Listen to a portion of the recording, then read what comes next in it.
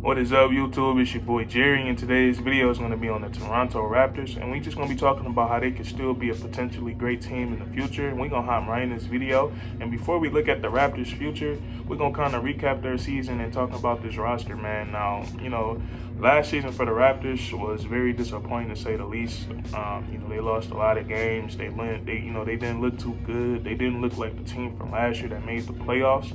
But to the Raptors' defense, they wasn't allowed to play home games this season. Canada decided that they didn't want NBA teams going back and forth into the country.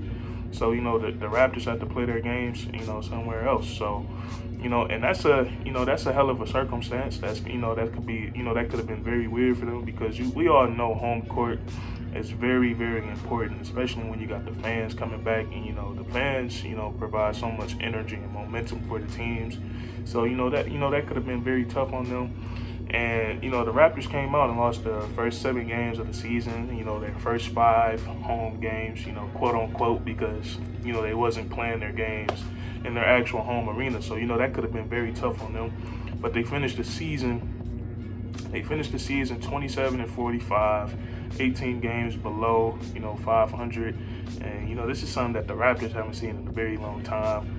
They've been pretty decent since like 2016, 2015 when they had DeMar DeRozan, Kyle Lowry, then they had Kawhi Leonard, and then last year they had the same core they got right now, and they was able to get to the second round of the playoffs, and they challenged the Celtics.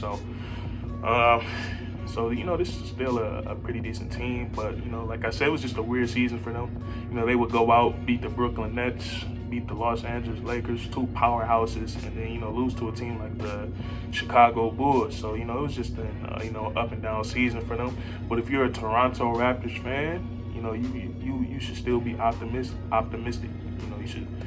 Because I feel like this team has a lot of bright spots. Don't let one bad season, get your hopes down, because you're looking at this team with the exception of Kyle Lowry. Most of these guys are pretty young, or they're about to enter their prime, and they still just have room to get better, man. The first guy we're gonna look at, I feel like the best player on this team, or at least the best scorer, is Pascal Siakam, and I feel like his bag is so deep, man. The stuff he can do, he can score in the post. He can post up the smaller guys, take the bigger guys off the dribble. His ball handling, has came a long way since he got in this league. He can shoot the 3 ball. You leave him wide open, he'll knock it down. So he can do a little bit of everything on the offensive end. So you still got Pascal Siakam. It was a bit of a, I don't want to say a down season, but I know Pascal Siakam could definitely do better. He coming off a year averaging 21.7 rebounds, and I feel like he can get that up to. I feel like he can be a player that can make an all-star caliber player. That average 25 a game, get 7-8 rebounds. So you would like to see his point per game come up a little bit. And then this next guy, Fred VanVleet. The Raptors just paid him, which is well deserved. He played a big role, just like Pascal Siakam in 2019, and getting the Toronto Raptors their first finals in franchise history. Just making Steph Curry very uncomfortable, making him have to work for every bucket. But yeah, man, I love Fred VanVleet. He's everything you want in the point guard. If you ask him to pick somebody up full court, he would. He can shoot the 3 ball. He gets others involved. And, he's not selfish. He's all about his teammates, and he's good for the fans, man, because he looks just like Drake. Him and Drake are twins. I feel like that's pretty cool. But yeah, man, I like Fred VanVleet, man. He's still relatively a younger player in this league, and his prime is right ahead of him.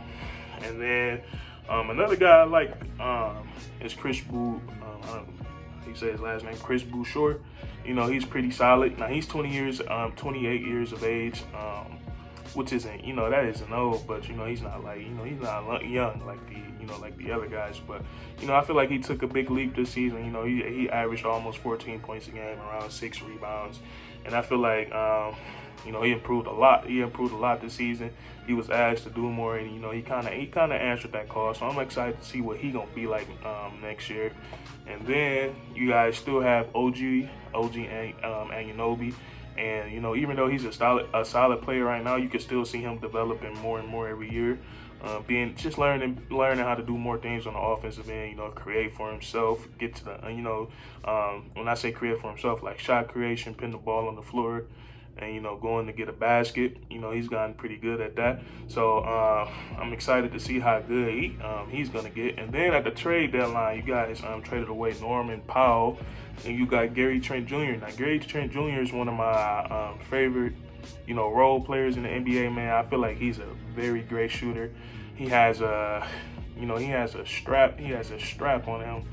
You know, he can shoot the 3-ball. You know, he can ball handle. You know, he knows how to move without the ball. And he, you know, he's just a knockdown shooter. So I feel like that's good for Toronto to have. And just like, you know, all these other guys, he's young too. So he got much room for improvement. And the Toronto Raptors are so good at developing players. You look, they developed OG Anunoby. They done developed Fred VanVleet. They developed DeMar DeRozan. And they developed Pascal Siakam, man. All these guys are, you know, has gotten significantly better since they got to the NBA. And the biggest reason that the future is bright for Toronto, you guys get the number 4 pick in the draft. And I don't know who's going to be available when you get when it's you guys' turn to pick. But 2 guys I've had my eyes on. The first guy is Jaylen Suggs. Now, Jaylen Suggs, you know, out of Gonzaga, he's a point guard. He's 6'4", but I feel like, you know, if he needed to play the 2 and be a combo guard, he could. But Jaylen Suggs, I feel like he'll add that offensive firepower that the Toronto Raptors need. He's a great playmaker. He has great decision making. He pushes the tempo, and he's so great on the fast break, man. He can, he'll find the open man, or he's used his athleticism to get to the cup. He has great body control, can finish with both hands, and I feel like he'd be great for this Toronto Raptors team because they need somebody to, help ignite the offense. With Kyle Lowry, we don't know if he's going to be a Raptor next year, but he missed a lot of games last year. Fred VanVleet, I feel like Jaylen Suggs will help him out in the backcourt and give him some more offensive firepower. And he isn't the best shooter, but he can shoot. But he's not like a knockdown shooter. That's not why he's so high up. In the mock draft, not because of his shooting, but because he's an athletic point guard. He can make plays, great decision making, and he's an elite passer. So I feel like he'll fit well with the Toronto Raptors with this squad. And and then I thought of a wild card pick, and I think the Toronto Raptors, the front office, they like this kid themselves, man. Is how do you say his name? Jonathan Kuminga. This guy, he's a G League player, so he's already had pro experience, but he's 6'8", 220 pounds with a 7-foot wingspan, and he's probably the most versatile defender in this draft. He can guard probably 1 through 5 or 1 through 4.5. We ain't gonna throw him in there against Joel Embiid, but but this kid, he has raw potential, man. He's probably the best, one of the best rebound. He's probably the best rebounding wing in the draft. He just has a lot of raw potential. Like he's not a great scorer, but he can be one. We see the potential, but it's just if Jaylen Suggs isn't there, and you still want to draft in a different direction, I feel like they should go with Jonathan Kuminga, man, just because he's 6', he has the size, he has the athleticism, he just has everything except for he just needs to hone his skills, and I feel like the Toronto Raptors can do that. Seeing what they did with OG Anunoby, seeing what they did with Pascal and Fred VanVleet. So if they feel like they want to take that risk on Jonathan Kuminga, hone his skills, get him right, I feel like they should, man. So as a Raptors fan, you guys should be very excited. I can see you guys making the playoffs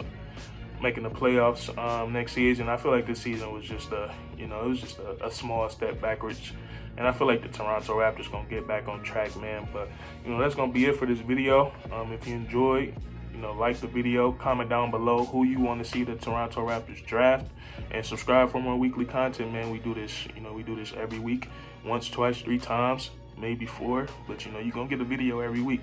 So, yeah, man, that's curtains.